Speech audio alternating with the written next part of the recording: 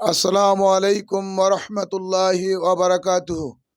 সুপ্রিয় দর্শক, আমার প্রাণপ্রিয় মুসলমান ইমানদার দিনদার ভাইরা, যারা আমার নিয়মিত অনুষ্ঠান, নিয়মিত ইসলামিক প্রোগ্রাম কোরআন সুন্নাহ আলোকে জীবন গড়ি অনুষ্ঠানে সকলকে স্বাগত, শুভেচ্ছা, মোবারকবাদ জানিয়ে শুরু করছি। আজকে ভিন্ন ধর্মী একটি বিষয়, তা হলো যে গোটা নেট দুনিয়ায়, গোটা মিডিয়াতে তোলপাড় সৃষ্টি হয়েছে একটা গানকে নিয়ে।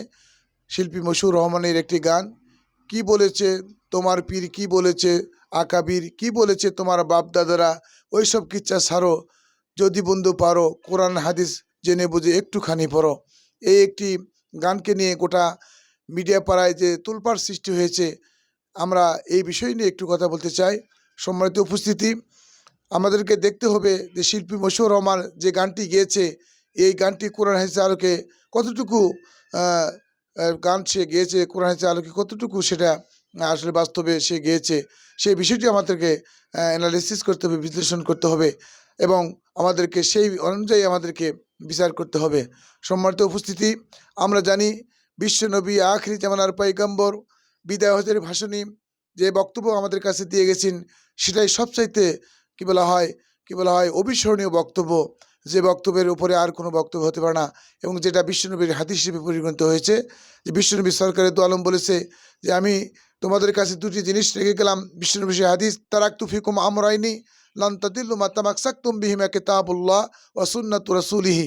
অর্থাৎ আল্লাহ রাসূল বলেছে বিদায় হজের ভাষণে যে আমি তোমাদের কাছে দুটি জিনিস রেখে গেলাম, একটা হলো কিতাবুল্লাহ, আল্লাহর কিতাব, ও সুন্নাতু রাসূল, এবং আমার বিশ্বনবীর সুন্নত।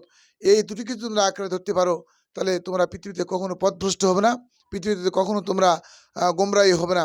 সম্মানিত উপস্থিতি, তো এই জন্য আমরা এই গানের আকারে বিশ্লেষণ করতে চাই যে কি বলেছে তোমার পীর, কি বলেছে আকাবির, কি বলেছে তোমার বাপদাদারা।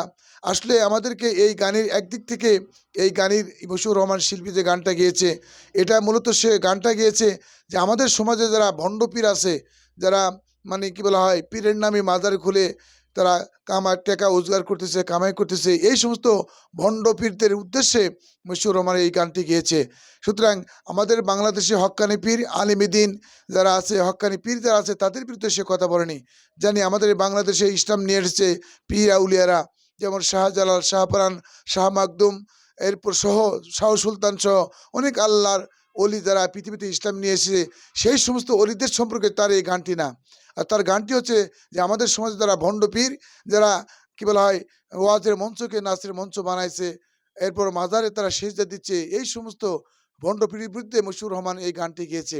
আমাদের দৃষ্টিতে বিভিন্ন ওলামা একরাম, বাংলাদেশে অনেক কি বলা হয় শায়েক, বিভিন্ন ওলামা একরাম তারা বলেছে যে মশিউর রহমান তার গানের দিক থেকে ঠিক আছে এবং সে সত্যি কথাই বলেছে, কিন্তু আমাদের বোঝার ক্ষেত্রে আমাদের ভুল। সম্মানিত উপস্থিতি, এই জন্য আমরা বলতে চাই যে বিশ্বনবী কি বলা হয় যখন দ্বীনের দাওয়াত মদিনাতে প্রকাশ্য দেয়া, মক্কাতে প্রকাশ্যে দ্বীনের দাওয়াত শুরু করেছিল, সেই সময়ও কিন্তু কি বলা হয় মক্কার কাফির মুশরিকেরা তারা বিশ্বনবীকে বাধা দিয়েছিল এবং তারা বলেছে যে আমাদের বাপদাদার ধর্ম, আমাদের আকাবিরদের ধর্ম, আমাদের কি বলা হয় সেই পূর্বপুরুষরা যে বিধান আমাদের কাছে রেখে গেছে, এটাই আমাদের জন্য যথেষ্ট। এই সম্পর্কে কোরআনী কারিমে বর্ণনা করা হয়েছে। সেটা হলো এই যে সেখানে কোরআনী কারিমের ভিতরে বর্ণনা করা হয়েছে যে আল্লাহ তাআলা কোরআনী কারিমের ভিতরে ইরশাদ করেছেন যে ওয়াইযা কিলা লাহুম তাআলাউ ইলা মা আনজালাল্লাহু ওয়া ইলা রাসূলি ক্বালু হাসবুনা হাসবুনা ওয়াজাদনা আলাইহি আবাআনা। সুতরাং এই আয়াতের দ্বারা আমরা প্রমাণিত হয় যে পূর্বপুরুষদের কথা কি বললো, বাপদাদা কি বললো, এটাই আমাদের দলিল নয়, আমাদের দলিল হচ্ছে কোরআন এবং হাদিস।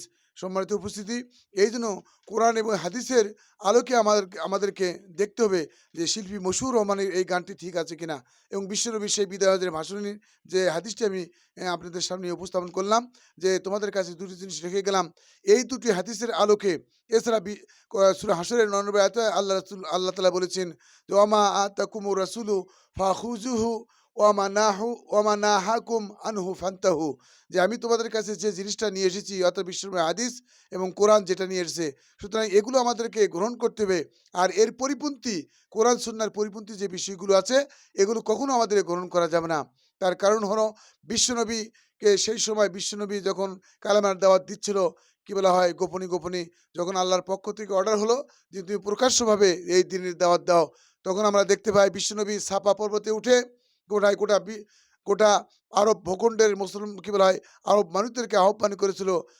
সেই সময় বিশ্বনবী তার মধুর কণ্ঠে আহ্বান জানার সঙ্গে সঙ্গে কি বলা হয় মক্কার সমস্ত কাফির মুশরিক মুসলমান সবাই সেই সাফা পর্বতে একত্র হয়েছিল। এবং এই সময় বিশ্বনবী তাদেরকে বলেছিল, আমি যদি বলি পাহাড়ে এই পাদদেশে কি বলা হয় শত্রুরা অপেক্ষা করতেছে, তোমরা কি আমার কথা অপেক্ষা করবে? তোমরা কি আমার কথা সত্য বিশ্বাস করবে? তখন সেই সময় মক্কার লোকেরা বলেছিল, ইয়া রাসূলুল্লাহ, ইয়া হাবিবাল্লাহ, আপনি আমাদের কি বলা হয় একজন আলামিন ছিলেন, সাদেক ছিলেন। সুতরাং আপনার কথা আমরা বিশ্বাস করি। হ্যাঁ, আপনি যদি বলেন যে পাহাড়ের পার্বতী শত্রু আছে, সুতরাং সেই বিশ্বনবী যখন কালেমার দাওয়াত দিয়েছে যে প্রকাশ্যভাবে যে কথা আল্লাহ তাআলা কোরআনে কারিমে বলছে, ইয়া আইয়ুহান নাসু কুলু লা ইলাহা ইল্লাল্লাহু তুফলিহুন, যে তোমরা সে এক আল্লাহর দাসত্ব গোলামি করব, যে আল্লাহ ছাড়া কোনো আইনদাতা নাই, বিধানদাতা নাই, আল্লাহ ছাড়া কোনো মাবুদ নাই। তখনই কিন্তু সেই সময় এই মক্কার কাফির মুশরিকরা তারা কি বলা হয় বিশ্বনবীর কি বলা হয় বিরোধিতা করেছিল। তারা বলেছিল যে ওয়াজাদনা আবাআনা, আমাদের পূর্বপুরুষদের কাছ থেকে যা পেয়েছি এটাই আমাদের জন্য যথেষ্ট। সুতরাং ভাইরা, আমরা আমাদের কোরআন হাদিস কি বলেছে সেই আলোকে আমরা আমাদের জীবনকে পরিচালনা করব। নাহলে আমরা পথভ্রষ্ট হয়ে যাব।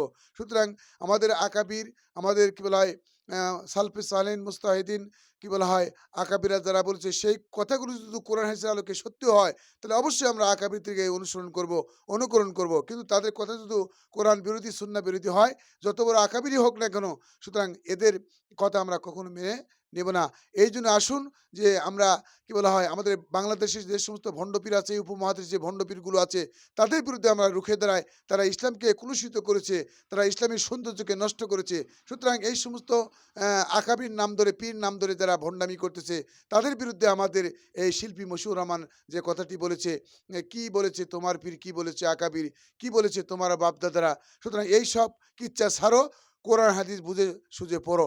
সুতরাং সম্মানিত উপস্থিতি, এইজন্য আসুন যে আমরা কি বলা হয় একটা গান না বুঝে অযথা সমালোচনা না করি, আমরা বুঝে সুঝে আমরা কি বলা হয় সমালোচনা করার চেষ্টা করি। তাহলে আমরা আমাদের হকের পথে থাকতে পারবো, দিনের পথে থাকতে পারবো।